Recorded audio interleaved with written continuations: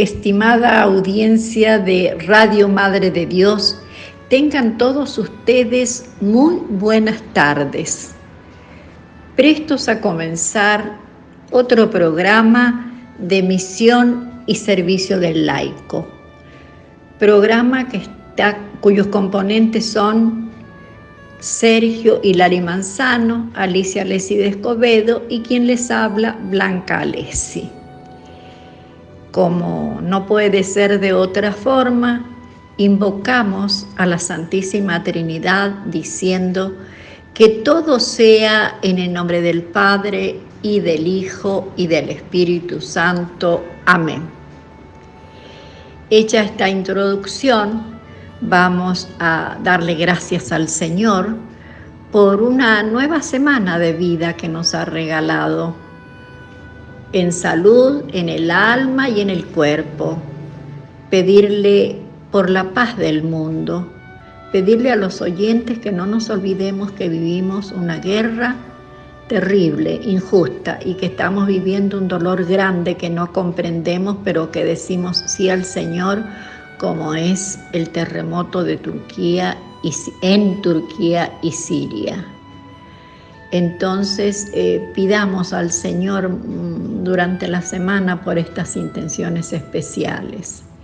Y ahora vamos a comenzar leyendo las lecturas del día, empezando por los Salmos, pero aclarando que haremos las lecturas del día correspondiente al sábado 11, no al domingo 12. En el segundo bloque explicaré por qué.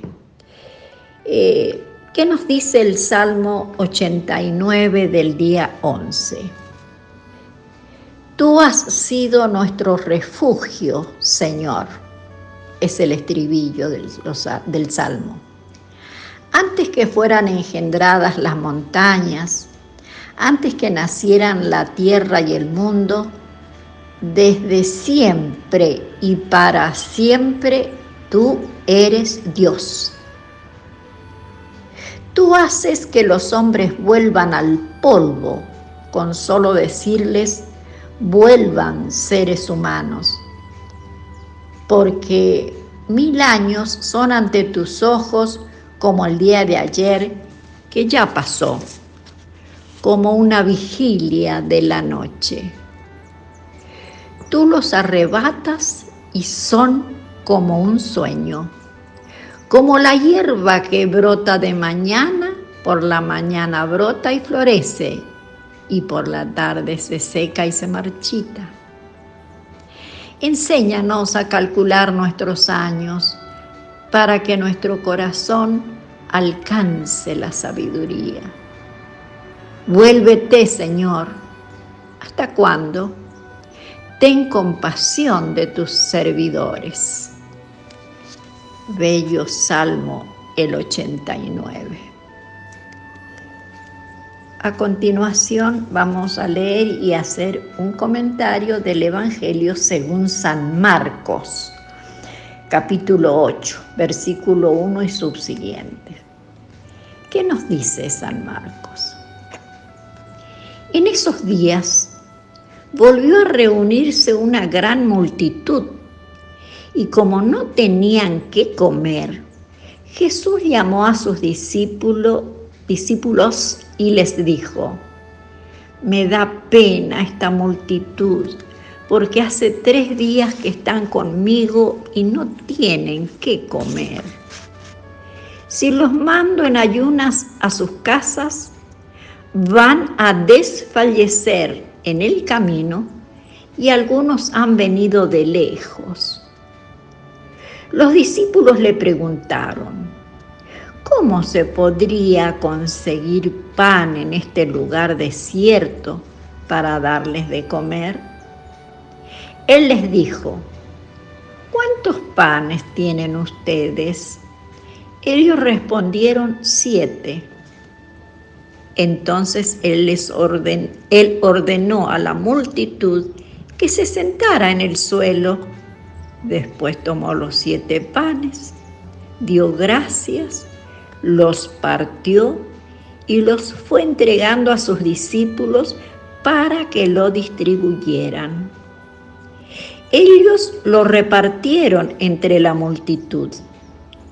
Tenían además unos cuantos pescados pequeños y después de pronunciar la bendición sobre ellos, mandó que también lo repartieran. Comieron hasta saciarse y todavía se recogieron 7 canastas con lo que había sobrado. Eran unas 4,000 personas. Luego Jesús los despidió. Enseguida subió a la barca con sus discípulos y fue a la región de Dalmanuta. Es palabra del Señor. Bello evangelio el del día de ayer, o sea, del día sábado. ¿Qué nos dice San Marcos? Nos muestra en este fragmento cómo Jesús repite el maravilloso milagro que ya había realizado anteriormente de multiplicar panes y peces. Vale acá recordar que es un milagro. Un milagro es un hecho que escapa a las leyes naturales.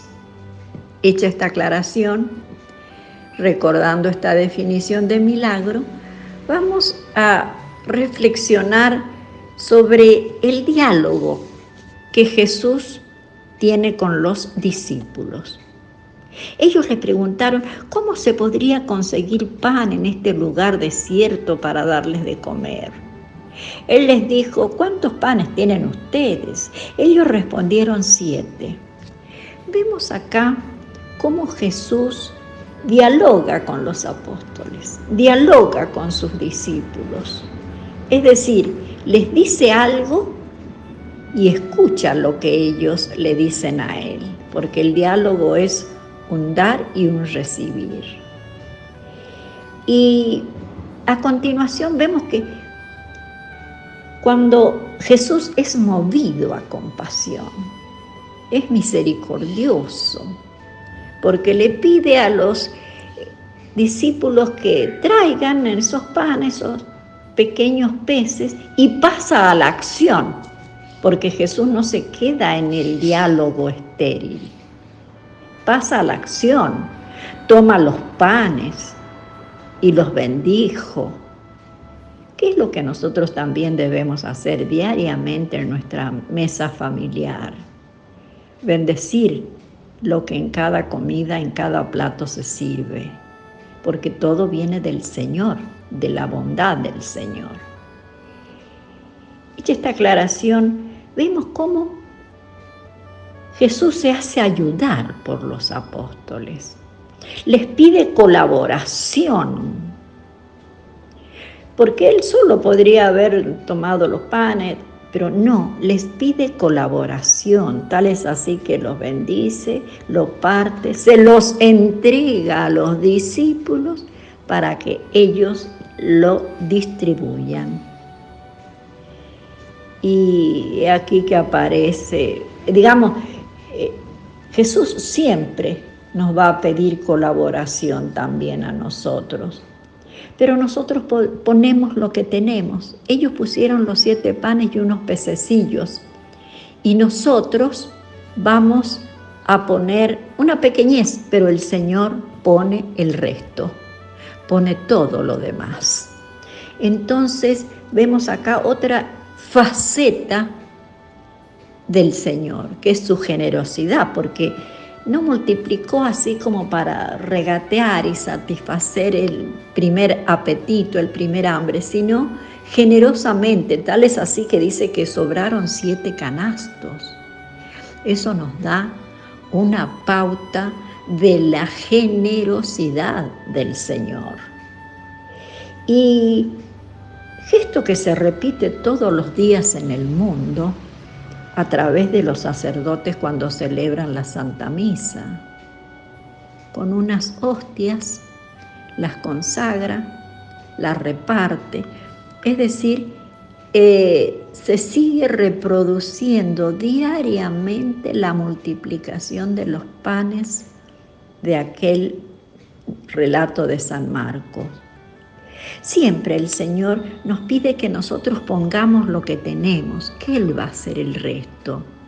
Por ejemplo, es una excusa que dice, no voy a la radio porque no puedo, porque no tengo suficiente preparación, que se necesita gente muy preparada. No, nosotros rezamos, estudiamos y ponemos a través de la radio el pan del Espíritu, el pan de la palabra.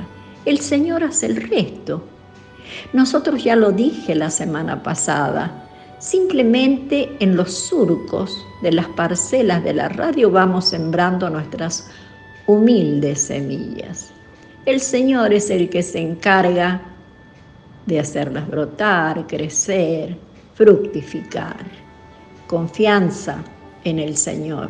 Nosotros ponemos lo poco que tenemos, Él hace el resto. Y hemos visto 3 facetas del Señor, de Jesús, en estas 3 facetas importantísimas: su compasión, su misericordia, su generosidad, su capacidad de escucha para con los discípulos. Es decir, que a nosotros nos debe de quedar como propósito, después de esta breve reflexión del Evangelio del sábado, que también tenemos para ofrecer algo. A veces muy poco, a veces no tan poco. Y poner todo esto en manos del Señor, que Él es el único que hace fructificar, multiplicar lo poco que nosotros teníamos para dar. Que hay un escritor muy importante, González Vallés, que habla, cuando se refiere a esta actitud en esta multiplicación de Jesús, hace referencia a la viuda que puso en el templo como donación 2 monedas. Era lo que tenía, era lo que disponía en ese momento para su subsistencia. Y sin embargo el Señor, ¿cómo habrá multiplicado esas 2 monedas? Bueno, hecho este breve comentario del Evangelio del día sábado, voy a pedirle, por favor, ¿podríamos colocar, Miguel, un poquito de música?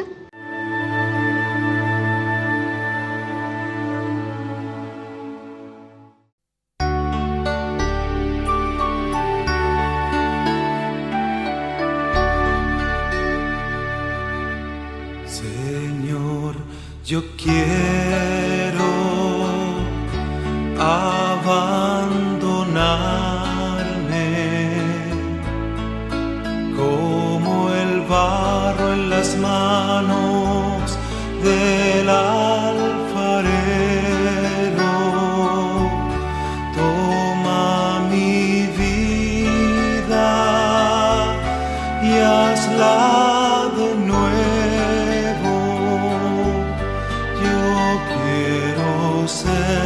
Yo quiero ser un vaso nuevo. Señor, yo quiero abandonarme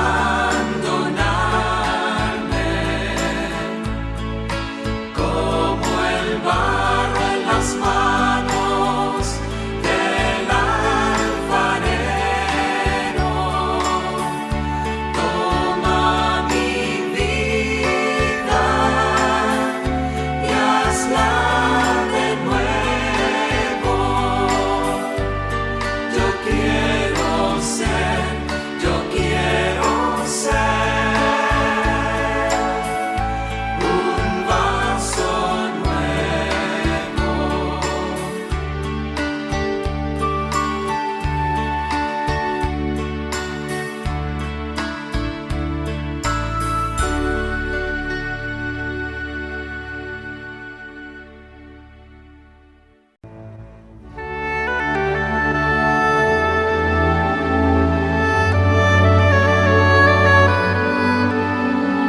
Estimada audiencia de Radio Madre de Dios, vamos a iniciar el segundo bloque del programa Misión y Servicio del Laico. Concluíamos el bloque anterior reflexionando sobre que el Señor nos necesita como colaboradores en la obra de la redención. Los apóstoles le ayudaron con los panes, nosotros cada cual estamos ayudando a través de nuestros dones, le estamos ayudando al Señor a edificar humildemente el reino del Señor.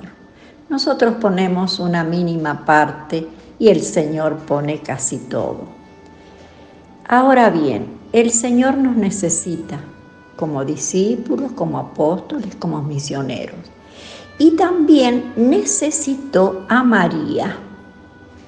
La necesitó desde el momento de la concepción, cuando le pide su seno para allí gestarse y brindarse a la humanidad en carne humana como nosotros. La necesitó a María en su niñez para que lo cuide, lo alimente, y la necesitó a María hasta la cruz. Y también, desde hace más de 2000 años, también necesita Jesús a María y por eso nos la manda de tanto en tanto, de año en año, a visitar a los hombres. Entonces, aparece acá un capítulo en la iglesia muy interesante que se llama Mariofanías.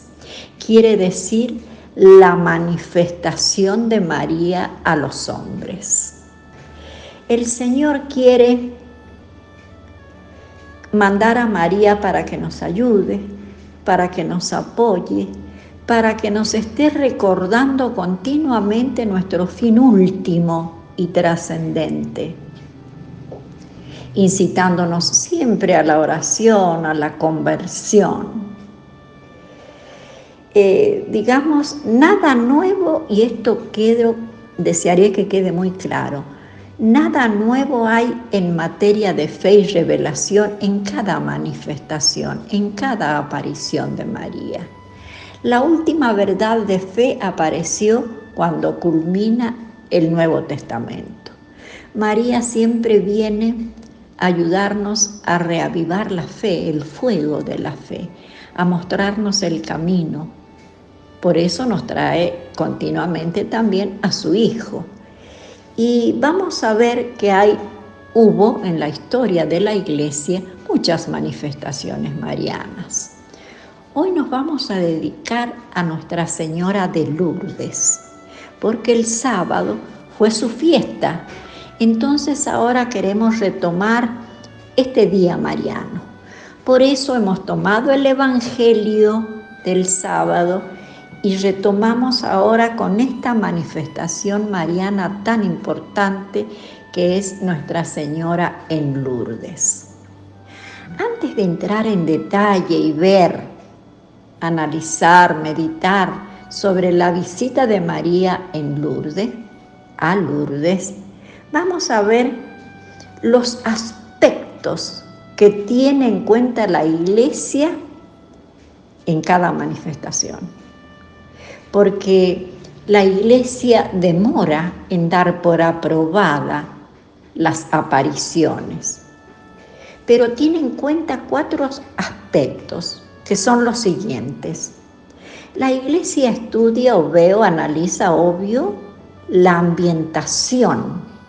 ¿En qué momento social, cultural, económico, político, religioso aparece María en cada lugar? Eso se llama ambientación de la aparición. En segundo lugar, la Iglesia estudia al protagonista o a la protagonista o a los protagonistas de la aparición. En el caso de Lourdes fue una niña, en el caso de Fátima 3 chicos, en el caso de México un hombre, San Juan Diego, Nuestra Señora de Guadalupe. Es decir, los estudia entre comillas y con mayúsculas para ver si en ellos no hay fantasía, si hay normalidad en su raciocinio, etcétera, etcétera.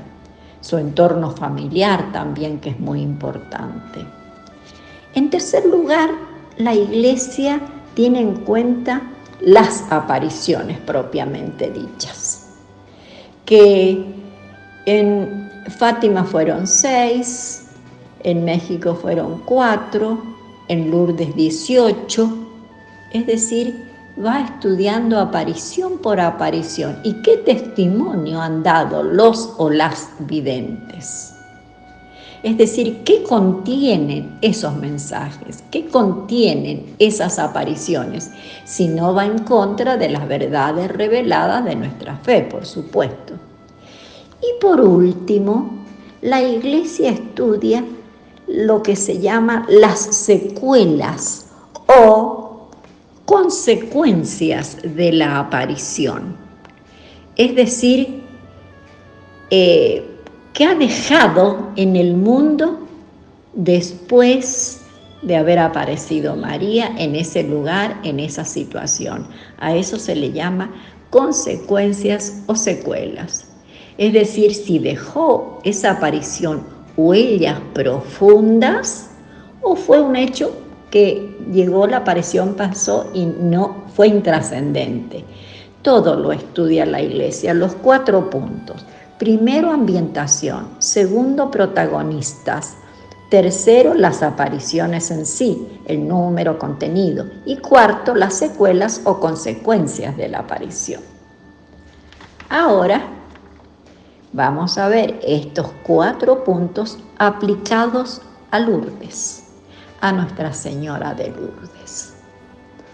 En primer lugar, ¿cómo era? ¿Qué era el pueblo de Lourdes cuando aparece María?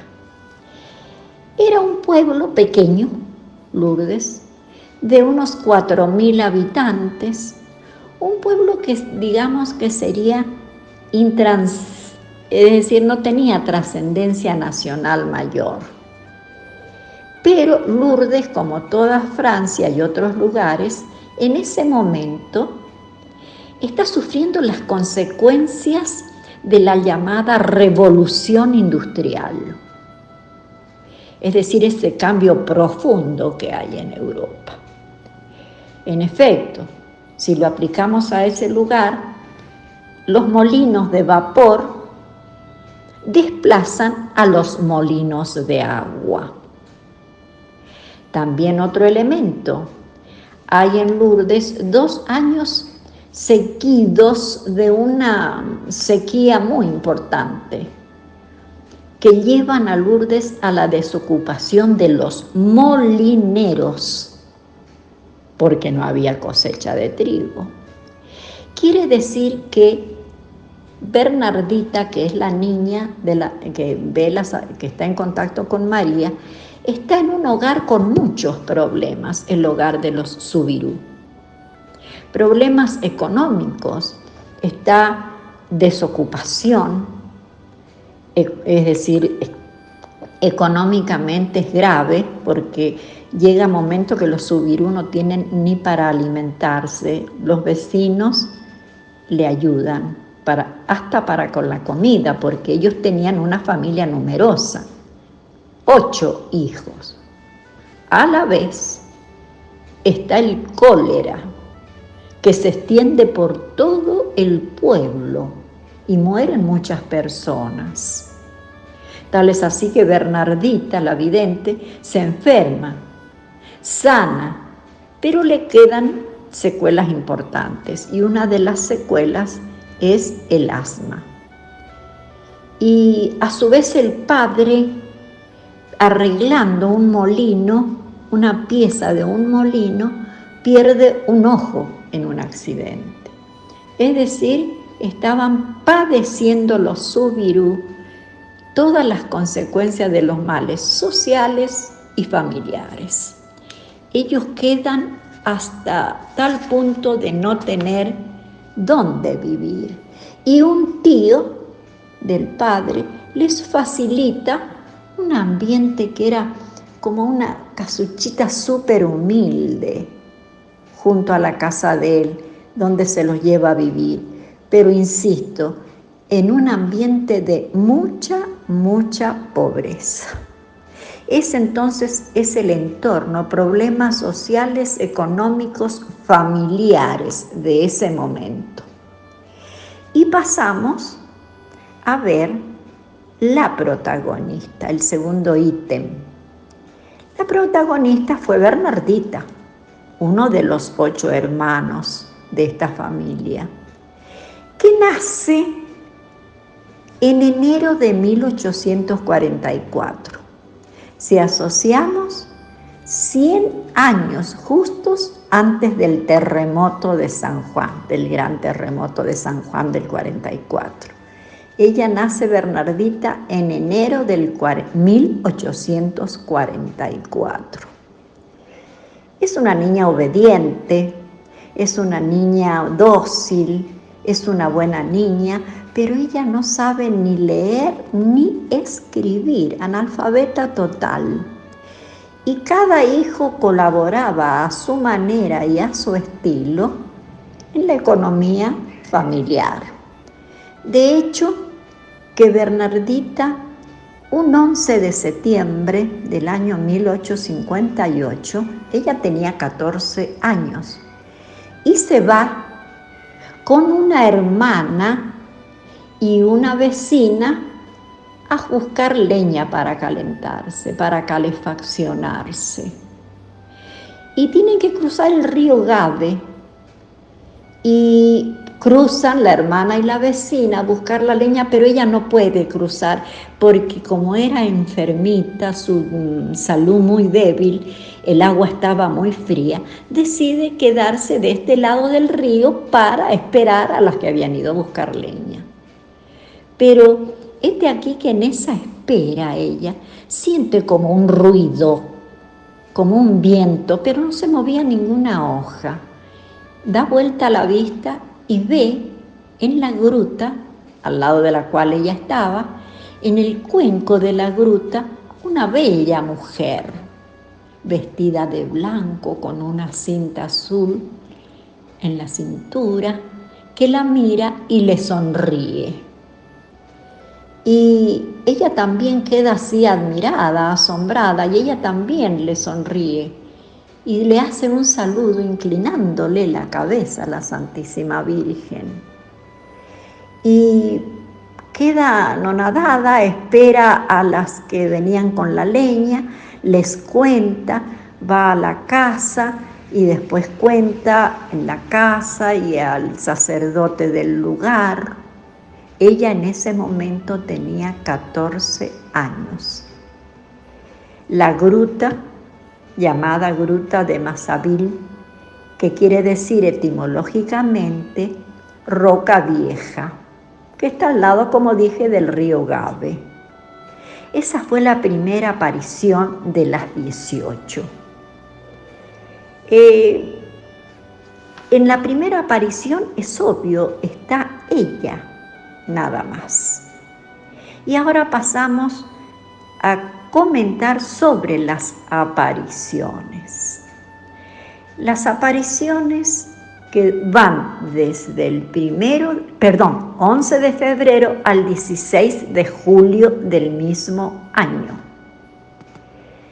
Desde la primera aparición hasta la última, rezan el rosario Bernardita y la Virgen.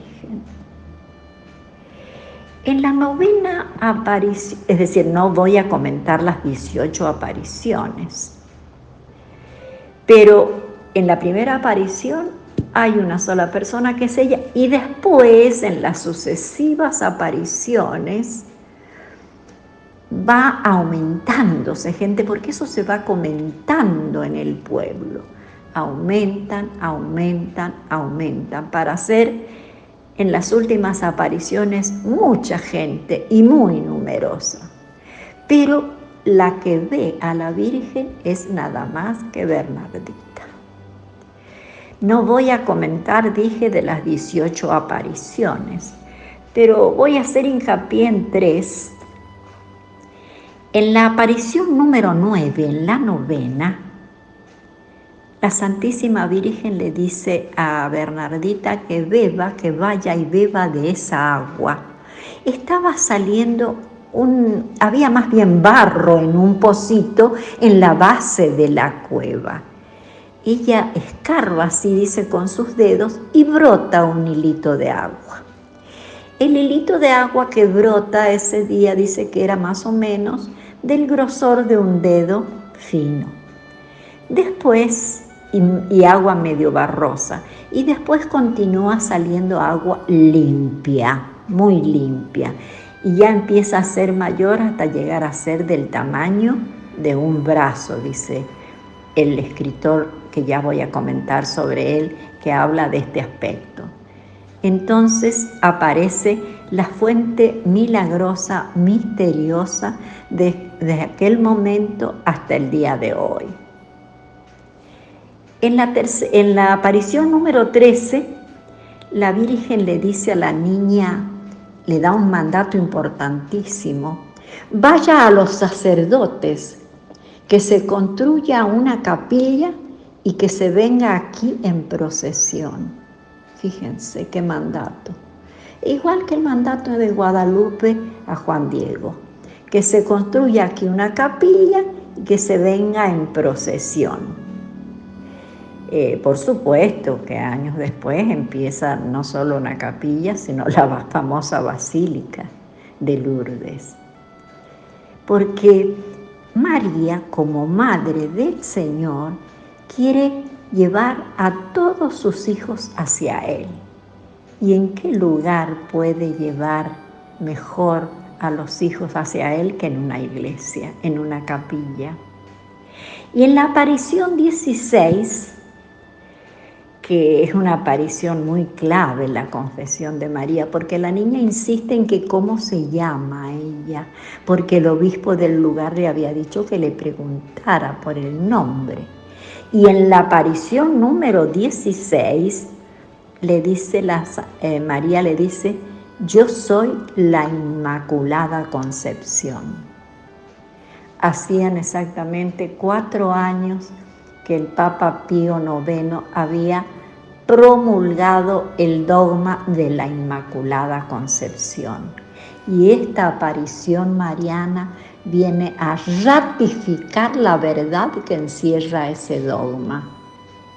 Cuando la niña va y le dice al obispo y al sacerdote del lugar que la Virgen le ha dicho que ella es la Inmaculada Concepción, cosa que la niña no entendía para nada, si era analfabeta menos sabría del dogma.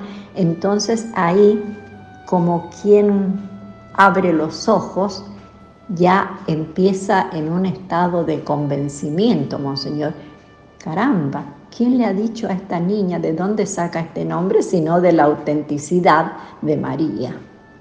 Por eso se dice que la aparición número 16 es la confirmación del dogma de la Inmaculada Concepción.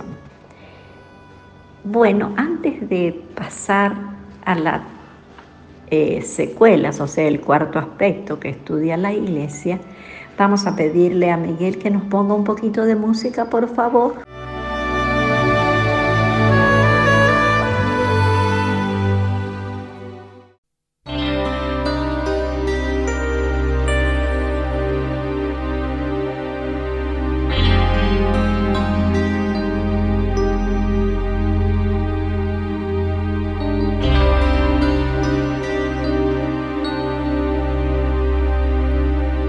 No me mueve, mi Dios, para quererte, el cielo que me tienes prometido,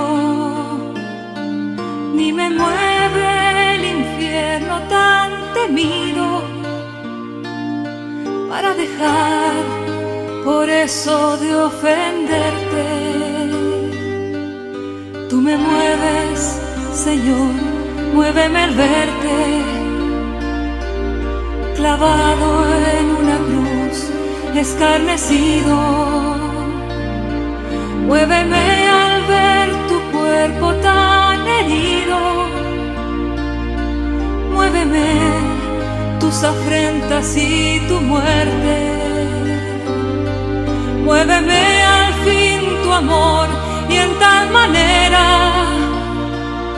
que aunque no hubiera cielo, yo te amara, y aunque no hubiera infierno, te temiera. No me tienes que dar porque te quiera, pues aunque lo que espero no esperara, y lo mismo que te quiero, te quisiera.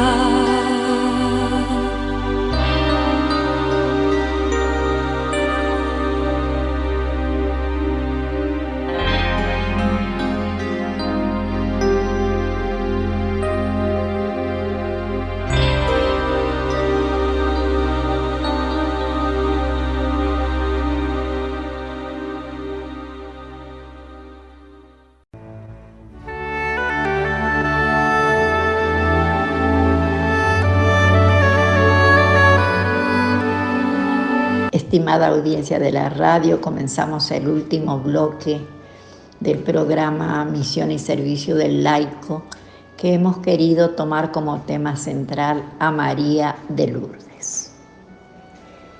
Empezamos ya el último aspecto que estudia la Iglesia para darle autenticidad a una manifestación, y son las secuelas, las consecuencias.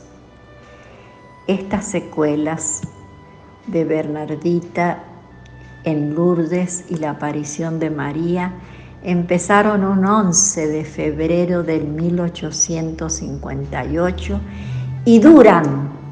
En todo este tiempo se incrementa y aumenta el número de visitas a Lourdes. En Lourdes se están recibiendo más o menos 80.000 peregrinos por año. 80.000 peregrinos por año en esa hermosa basílica que está junto a la famosa basílica también que se construyó después a San Pío X. Basílica María, maravillosa, circular, ovalada más bien, donde caben 25.000 personas. De hecho, que las personas que atienden, controlan, vigilan, estoy hablando de la Basílica de San Pío X, andan siempre en bicicleta, porque es grande, y para andar recorriendo ese perímetro y controlando y viendo, andar caminando es muy incómodo, andan siempre en bicicleta, que a nosotros nos llamó mucho la atención. Y digo a nosotros nos llamó mucho la atención ese detalle, porque el Señor nos regaló a mi esposo y a mí el poder ir a Lourdes. Es decir, lo que yo estoy comentando es parte de los libros que tienen escritos distintos autores sobre Lourdes, pero parte también es sobre nuestra experiencia maravillosa, realmente un regalo del Señor. Y cuando decimos de la cantidad de gente que va, nosotros hemos visto, 2 días estuvimos en Lourdes, caravanas de enfermos de todos los países que uno se puede imaginar, de Europa, de Asia, de África, de todos los colores, con enfermeras, porque hay una infraestructura hospitalaria muy importante en el complejo de Lourdes, junto a la gruta. Hay médicos para atender a los enfermos, para constatar curaciones. Está ahí la Cruz Roja Internacional, hay otras agrupaciones de enfermeras y religiosas al servicio de todos los peregrinos. Y uno ve llegar allí enfermos en camillas, que mi esposo me decía a veces, ay, pero han traído a esta persona, pero se va a morir en el camino, porque eran realmente agonizantes, muchos de los que veíamos. Niños pequeños, con parálisis, etc. Todos los enfermos que uno se pueda imaginar van a ver a María de Lourdes. ¿Y cómo será la cantidad de gente que va? Que cuando se cumplieron 50 años de la aparición, fueron 1 millón de personas. El año que se cumplió los 100 años de la aparición, hubo 5 millones de personas.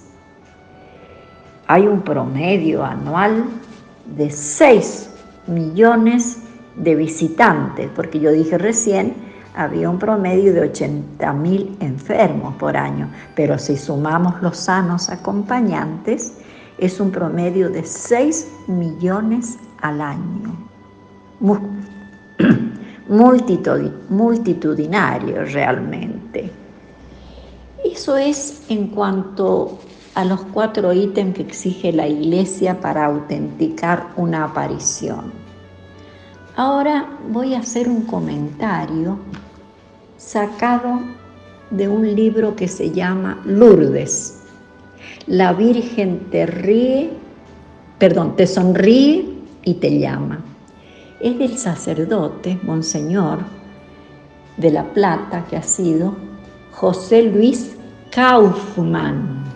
José Luis Kaufmann. De ese libro me ha parecido súper importante los signos que nos muestra Lourdes. Por eso los quiero comentar, porque es en el único libro de los que yo he visto estos comentarios tan interesantes. 3 son los signos interesantes que tienen referencias bíblicas, es decir, que no son obra de una imaginación, sino que este sacerdote José Luis Kaufmann trae estas referencias bíblicas semejantes o que tienen su paralelo en Lourdes. En primer lugar, la roca, la gruta. ¿Qué nos dice esa roca y esa gruta? En primer lugar, vamos a decir que roca es uno de los nombres de Dios. Es una manifestación de Dios que es fuerza, firmeza, fidelidad, solidez, seguridad. En esa roca, en esa gruta misteriosa, como nos dice este sacerdote, se da un doble, digamos, relación. María concibe en su seno a Jesús. Estaba mezclándolo con el nombre del sacerdote. María en su seno lleva a Jesús. Pero he aquí que en la roca, en el cuenco de la roca que es Jesús, se gesta o aparece María. En esta duplicidad, en esta ida y vuelta, uno gestando al otro. Primero María a Jesús y después Jesús roca a María. Porque la va a gestar y la va a entregar a todos los hombres en ese lugar tan particular. En el cuenco, en el parte central interior de la roca aparece María. ¿Y por qué hace esa relación tan linda este sacerdote con la roca de Lourdes y la roca que simboliza y es y el nombre que se le da a Jesús? Si nos vamos al Salmo 18, un versículo dice: bendito seas mi roca, en el Salmo 18. En el Salmo 28 dice: yo te invoco, Señor, tú eres mi roca. En el Salmo 31, sé para mí una roca protectora. En el Salmo 62, solo es mi roca salvadora, el Señor. ¿Ven? Observamos aquí paralelos, semejanzas, relaciones. Y no puse más salmos, puse nada más que estos 4, pero el autor menciona 8 salmos más donde se le dice al Señor que es nuestra roca. Por eso esa relación de la roca de la cueva de Lourdes con el nombre que le damos a veces al Señor. Primer signo de Lourdes. Segunda semejanza, segundo signo, el agua. Sabemos que el agua es un elemento que lava y purifica. Sabemos la importancia que tiene el agua en el sacramento del bautismo, que es este elemento captado por los sentidos que purifica y lava al niño, niña que va a ingresar a la Santa Iglesia. También aparece el agua como elemento, como motivo de diálogo entre Jesús y la samaritana. Fíjense qué importancia que tiene en la Biblia este elemento agua, el agua, como elemento que lava y purifica. Y en la 9ª aparición es cuando le dice a la niña, la Virgen, vaya a beber a la fuente y a lavarse. Quiere decir que la manda que se nutra, vaya a beber, que se hidrate, que le dé vida, porque donde no hay agua no hay vida. Es decir, el agua como elemento de vida. Le dice la Virgen textualmente, vaya a beber a la fuente y a lavarse. Es decir, como elemento de purificación, tanto física como espiritual, como vimos en el bautismo. Entonces, ¿cómo van los elementos dando un signo trascendente? Lo que encontramos en la gruta, si lo relacionamos con las referencias bíblicas. Primero la roca, segundo el agua y tercero la luz. Desde el 19 de febrero de 1858 arden cirios en la gruta. Continuamente, las 24 horas del día, dan luz. Los cirios que lleva la gente, que llevamos, porque nos incluimos también nosotros, como expresión de gratitud, como expresión de coherencia, de verdad, la luz de los cirios. Y de hecho le hemos dado mucha importancia el domingo pasado, cuando Jesús le dice a sus discípulos, vosotros sois la sal y la luz. No voy a volver acá a remarcar, a recalcar, digamos, los beneficios de la luz, para qué sirve la luz como elemento físico, no. Pero esa luz, que insisto, es maravillosa. Cirios pequeñitos, cirios más grandes, cirios más... Hubo un cirio que llegó, estando nosotros presentes, que lo llevaban entre 2 hombres. Entonces preguntamos que por qué un cirio tan grande, y resulta que ese cirio era la expresión de gratitud de una gran fábrica francesa, que todos los obreros que trabajaban ahí en ese momento, en vez de llevar cada uno un cirio, una vela, una luz, habían querido representar al grupo de toda la gente que trabajaba en esa fábrica en un solo cirio. Era impresionante el cirio. Yo nunca he visto ni en película un cirio tan grande. Y para tener una leve idea de la cantidad de cirios y cómo los sacan y cómo higienizan la gente encargada del lugar, cada año sacan 700 toneladas de cirio. Piensen ustedes en la cantidad de kilogramos. Era en aquel momento 700 toneladas de cirios que se han consumido en el lugar. Entonces la saca la gente encargada y después obviamente seguro que la han de reciclar, porque no creo que se tire esa cantidad de cirios que hay allí. Entonces María sigue siendo para toda la iglesia luz, para todos los hijos, sigue siendo colaboradora del Señor en la obra de la redención.